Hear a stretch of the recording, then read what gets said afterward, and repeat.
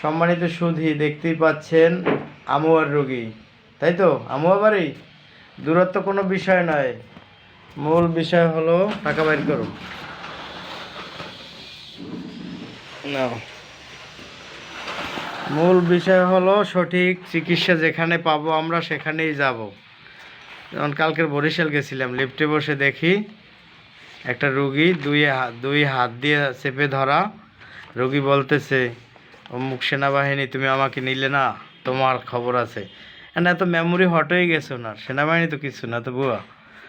এরপর জিজ্ঞেস করলাম কি এটা শখটা কি, উনি কোনো মানসিক শখ এরম সম্পর্ক ছিল, এটা বিচ্ছেদ হয়েছে, এই জন্য আর মেমোরিতে কাজ করে না। পরে ওই লিফটে বসে ওই সময়ের ভেতরেই ওষুধ লিখে দিয়েছি। ঠিক আছে, এরকমই। তা দূরত্ব মূলত কোনো বিষয় না, সঠিক পরামর্শ চাই আমরা।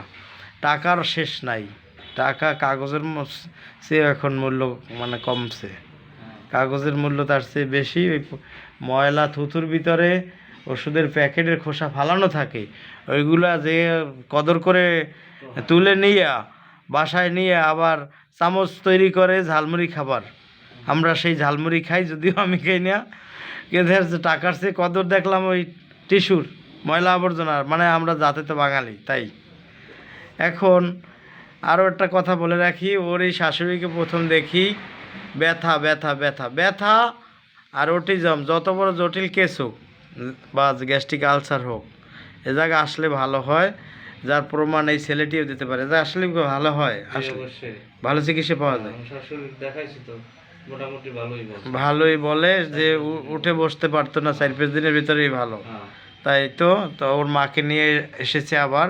সর্বশরীর পেইন, অল টাইম ফিভার থাকে এবং কিছু ধরে জাগাতে পারে না, কষ্ট হয় 2 হাত দিয়ে।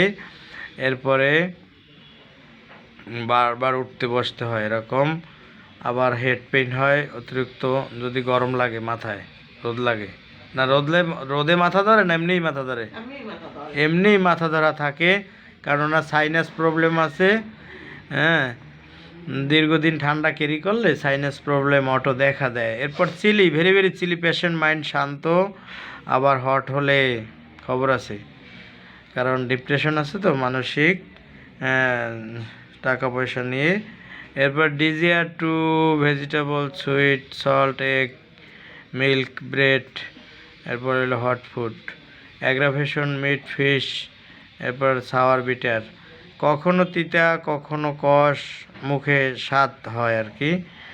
এরপর টক, অ্যাপেটাইট, ক্ষুধা নেই এই জন্য, আবার রেগুলার তো উনি পান খেকো। থাস, পিপাসাও নেই, স্টুল, হার্ট কনস্টিপেটেড হয়, গ্যাসের ওষুধ রেগুলার 40 খায়।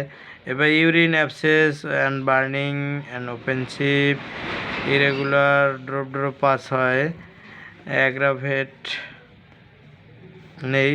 এবার ভয়েস বসে যায়, পান খেকো, মানসিক ডিপ্রেশন আছে, তা আগেও বলেছি। হাত পা চাবাই কামড়া, ড্রিম অফ জাম্পিং, এজন্য তাকে কোষ্ঠী পাথর দিলাম। কোষ্ঠী পাথর নয়, কোষ্ঠিকাম। আশা করি ভারত বাংলার আমরা যারা গুরুজি ডাক্তার রবীন বর্মন স্যারের শিষ্য আছি, তারা দেখবেন ভিডিওটি কেমন হলো, কমেন্ট করে জানাবেন যদি ত্রুটি হয়ে থাকে।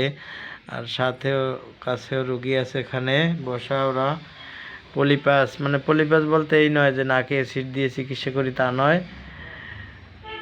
নাকের গ্ল্যান্ড বৃদ্ধি পেতেই পারে, শ্বাস করতে কষ্ট হতেই পারে, তার জন্য কার্বলিক অ্যাসিড দেওয়া যাবে না। আর ওষুধ খেয়ে গ্ল্যান্ডকে শান্ত করতে হবে। ব্লাডের ঠান্ডা থাক, অ্যালার্জি থাক, ওগুলো দূর হলেই নাকের গ্ল্যান্ডও শান্ত হয়ে যায়। আর আমি উপর দিয়ে পচাইয়া পোড়াইয়া ক্ষত বিক্ষত করে খুঁজছা ফালাইয়া দিলাম অন্যান্য হাতুড়ি ডাক্তারদের মতো, কিন্তু পরের সপ্তাহে পরের মাসে যে আবার ফলবে না, আবার নাক আটকে যাইবে না, এরকম কোনো গ্যারান্টি আছে? আছে? নাই। তাই অপচিকিৎসা করা যাবে না। ধন্যবাদ সকলে, সবাই ভালো থাকবেন। সকলকে অ্যালার্ট করলাম। আর এই সোনা পাখিটাকেও এভাবে মোবাইল দেখানো যাবে না। যত অটিজম, তার সারমর্ম সারাংশ হলো ধর্মকে জানি, ধর্ম প্রচার করি, ধর্মকে মানি না, এবং শিশুদেরকে নেটওয়ার্কের মধ্যে দায়বদ্ধ করি। হ্যাঁ, মোবাইল দিয়ে রাখি, ওর যেন কান্না করে, না চিল্লা করে, দেখলেই শান্ত থাকে। মোবাইল প্লাস মস্তিষ্ক রেজিস্ট্যান্স হয়, তখন কতক্ষণ পর পর দেখবা চোখে হাত দিয়ে ডলা দেয় বাবুরা, মোবাইল দেখতে দেখতে দেখতে, বড়রাও ছোটরাও। এগুলি করা যাবে না। আর অটিজম কারো হওয়ার অনেক যথেষ্ট কারণ আছে। কি কি কারণ? ভ্যাকসিনেশন অ্যাগ্রাভেট, মায়ের পেটে থাকাকালীন বাবুরই ভ্যাকসিন দিয়েছিল, মায়ের পেটে ভ্যাকসিন দিয়েছিল বাবু পেটে থাকাকালীন, এই অ্যাগ্রাভেটটা বাবু পাইছে। আবার মেডিসিন অ্যাগ্রাভেট, মেডিসিন কীরকম?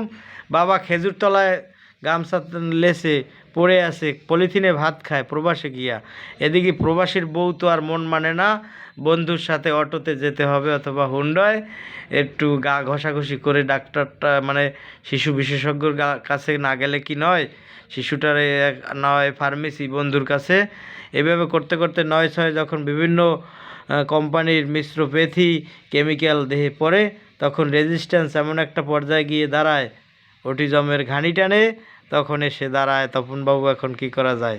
হায় হায়, তখন যা করার তো করি, তাও 2-3 মাসের ভিতরে ইমপ্রুভ হয়, রেজাল্ট ভালো পাওয়া যায় অটিজম বেবিদের।